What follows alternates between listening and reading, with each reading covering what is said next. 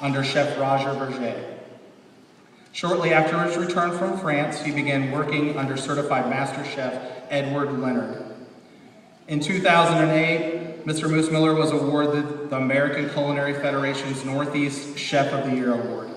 So with that, please join me in welcoming Chef Jonathan Moosmiller.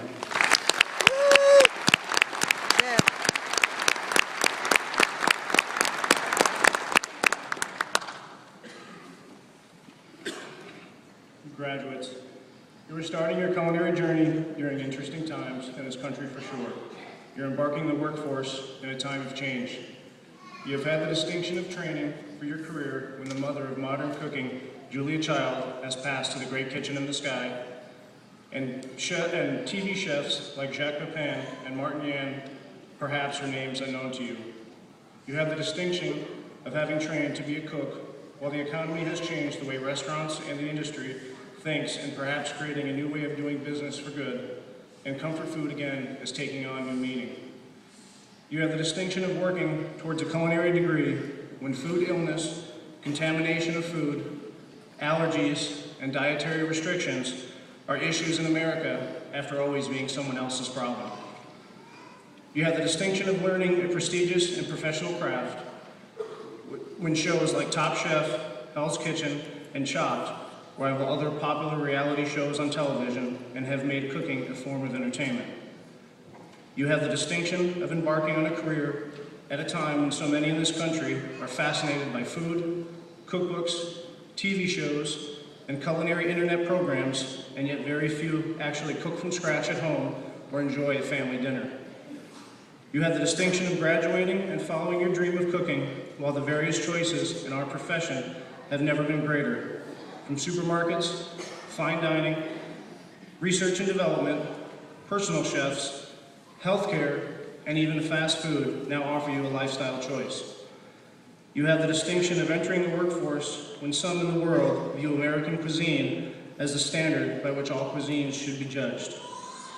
You most likely have attended class with the greatest female to male ratio of students of all time, along with the average age of students being older than ever before. You will take your first steps as a trained cook at a time when being a cook or chef has never been more esteemed by society. Indeed, being a chef and cook may never be more esteemed than it is at this very time. I would ask you to keep the following in mind as you begin on your journey. Everyone, no matter how talented, has to pay his or her dues. You are no exception.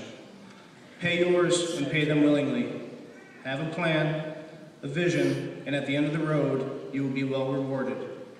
Patience and the ability to stay the course is key. You must strive to get into the right kitchen immediately.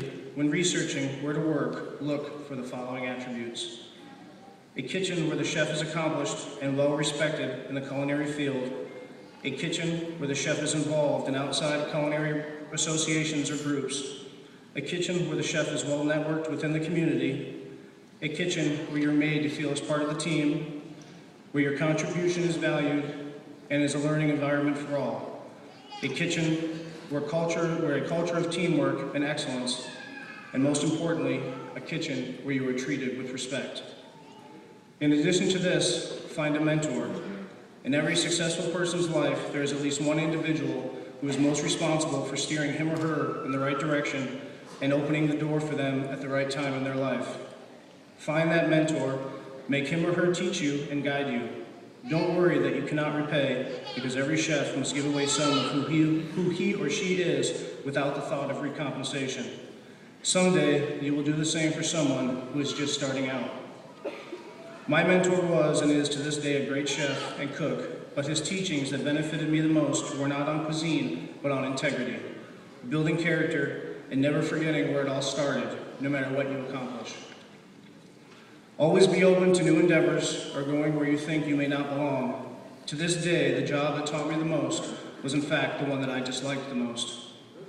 Respect the uniform of your profession. Countless people through history, the vast majority of them men, endured working conditions and status that today's society would never tolerate so that you could wear your whites and toque with pride. Remember that when you wear blue jeans under your coat, you dishonor those who came before you. When you wear a bandana or on your head instead of a toque, you tell the world that you do not aspire to be a chef, but only a cook behind the scenes. When you wear hoop earrings or a ring in your nose with a chef's knife, you're only missing a parrot to resemble a pirate. Housewives and weekend barbecuers can and do purchase professional chef's attire to play the part of chef. You can't afford to dress down while they dress up. Throughout your life, treat everyone you serve as a VIP. To the late Joe Baum, founder of the famed Windows on the World and the Rainbow Room in New York City, said this long before he died. To him, every diner was a king, every customer a queen, and anyone who walked into his establishment was considered royalty beyond measure. He died a very rich man, not only from the wealth he amassed over a lifetime of service and hospitality, but rich in the sheer devotion and delight of the many, many people whose lives he touched. It's not what you won or have that makes you successful. It's what others own or have because of you that make you a true success. Seek out new ideas always. Ensure that when the day comes that you are a teacher, you always throughout your career remain a student. Read everything you can get your hands on, and not only cookbooks. Knowledge is power, and diversity in what you learn is priceless. Look not only at the places for look only not at the in places for inspiration, but also the chalkboard menu of a small eatery or deli. Look always at the competition, but remember, the best source of trend information is right under your nose, your customer. Ask people for their opinions, delight in their feedback, and views. In doing so, you will grow. Take nothing for granted. When someone tells you that selling a certain fish is immoral, do your own research and regard a fad with a grain of salt. Real trends stand the test of time. Look at the Caesar salad, birthed at a white tablecloth restaurant in Tijuana and nurtured by a silver fork.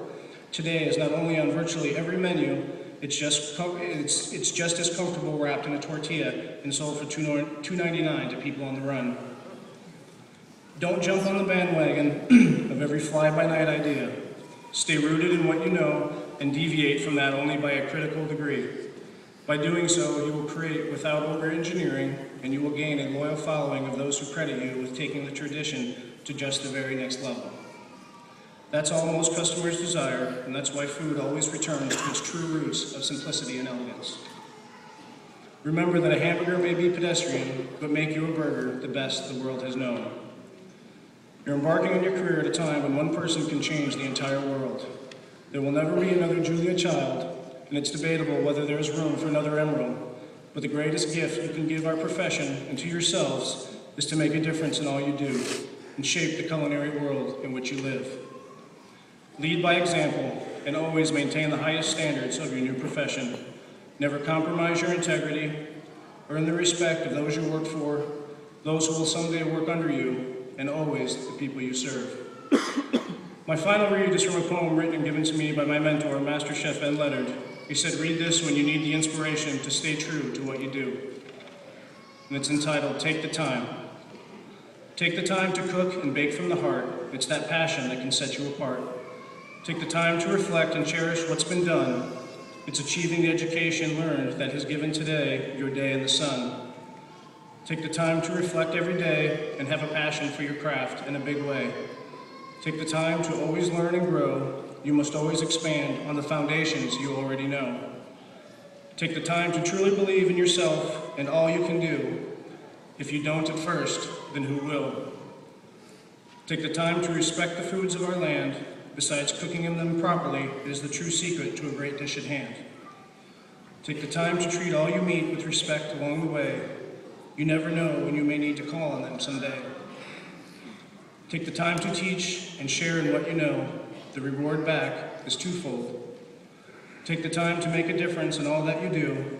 It is a rare privilege experienced by a few. Take the chance to do what they say can't be done. Achieving such odds is the real fun. Take the time to always be the best you can be. That is the only measure anyone should see. Take the time to laugh and have fun. A day is complete when this is done. Take the time to balance your life, and as you reach for the stars, do not forget those who have helped from afar. For all the accolades that will come and go your way, they will mean nothing at all if there is no one there at the end of the day. Take the time and always be true, for the only meaning of success is what pleases you. Thank you, and congratulations.